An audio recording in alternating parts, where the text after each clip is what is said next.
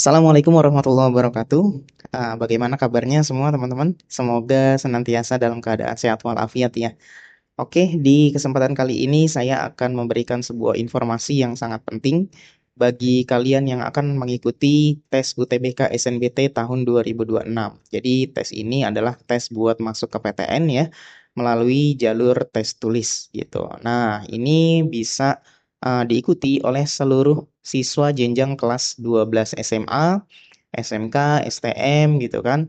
Nah, ataupun alumni ya, 3 tahun terakhir gitu. Oke, untuk tes tahun ini akan dilaksanakan hanya satu gelombang, mulai tanggal 21 April sampai dengan 30 April, teman-teman.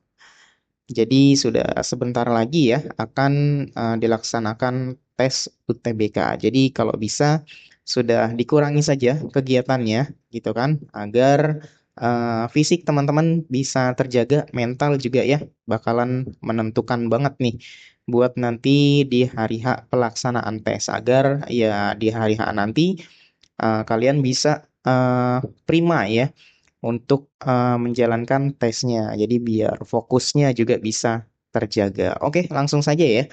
Untuk yang pertama, peraturannya adalah tanggal ya. Itu di tanggal 21 April sampai dengan tanggal 30 April. Nah, kemudian hasilnya nanti itu sudah fix ya. Jadi tidak bisa diganggu gugat. Kemudian apa sih dokumen yang wajib kalian bawa? Yang pertama adalah kartu peserta ujian. Jadi ada kartu ya, teman-teman masuk ke akun UTBK masing-masing SNPMB. Nah, kemudian kalian cetak ya, cetaknya yang berwarna. Jadi agar fotonya nanti bisa disesuaikan gitu.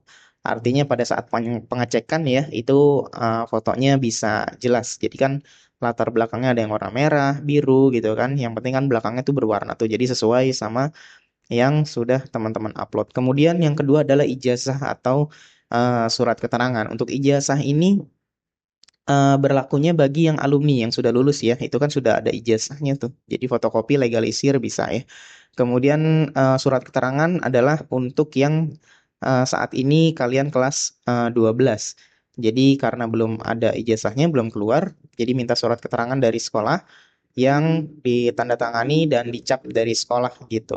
Di surat keterangan itu juga tercantum foto kalian gitu ya. Nah, kemudian yang ketiga adalah KTP, teman-teman. Jadi KTP ini identitas diri ya.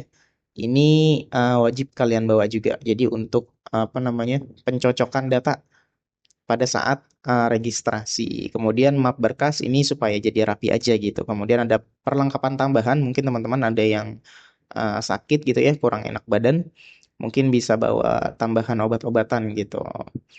Oke, selanjutnya ini adalah pakaian. Untuk petunjuk pakaian sebenarnya yang penting teman-teman rapi aja, sopan. Untuk laki-laki ini menggunakan kemeja berkerah teman-teman. Jadi tidak menggunakan kaos ya. Karena kan ya untuk kerapihan juga. Jadi memang sudah aturannya dari sana.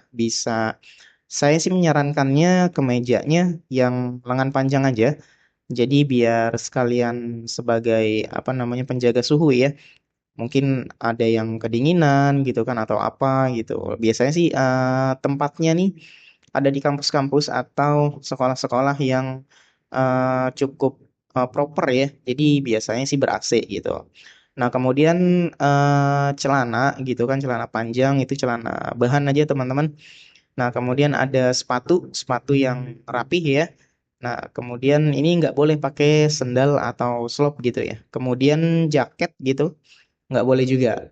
Jadi pakai pakaian kemeja aja, amannya seperti itu. Untuk yang wanita gimana? Yang wanita pakai rok, teman-teman, pakai rok kalau bisa. Kalau misalkan nggak bisa pakai celana panjang bahan juga diperbolehkan ya. Kemudian sepatu kalau misalkan yang berkerudung, ini kerudungnya nggak bisa yang pasmina teman-teman. Jadi harus yang segi empat ya minimal. Seperti itu. Nah, kemudian berikutnya ini adalah prosedur pada saat ujian. Nah, untuk amannya ini kan kita nggak tahu ya jarak dari tempat tinggal kalian gitu kan, kemudian ke tempat tes itu jaraknya seberapa jauh, kemudian butuh waktu berapa lama. Ini baiknya memang teman-teman cek dulu lokasi ujiannya, kemudian ruang ujiannya.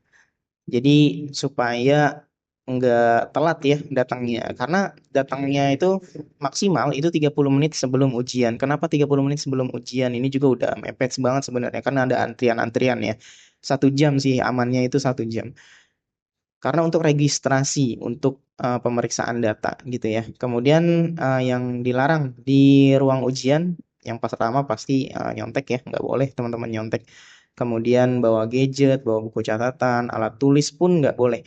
Jadi pulpen, pensil gitu kan, itu nggak boleh dibawa masuk karena di dalam itu sudah disediakan ya coret-coretan, kertas buat coret-coretan dan juga alat tulisnya. Biasanya sih pensil teman-teman ya. Nah, kemudian kacamata boleh kalau kacamata.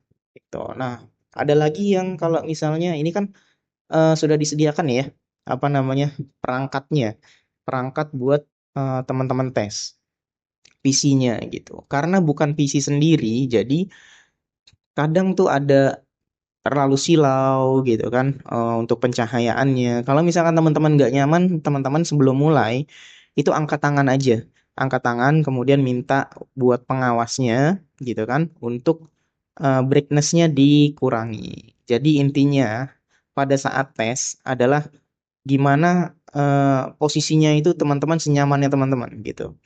Kalau misalkan kursinya yang bisa diatur gitu kan, itu lebih enak lagi ketinggiannya gitu kan atau senderannya, posisi duduknya juga bisa lebih baik. Jadi hasilnya bisa maksimal.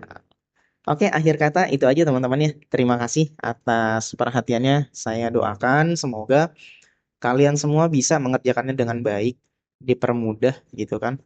Jangan lupa berdoa pada saat sebelum berangkat gitu kan, minta restu orang tua, minta restu saudara gitu kan agar dipermudah untuk pengerjaan tes UTBK-nya. Semoga mendapatkan hasil yang maksimal dan bisa lolos PTN juga.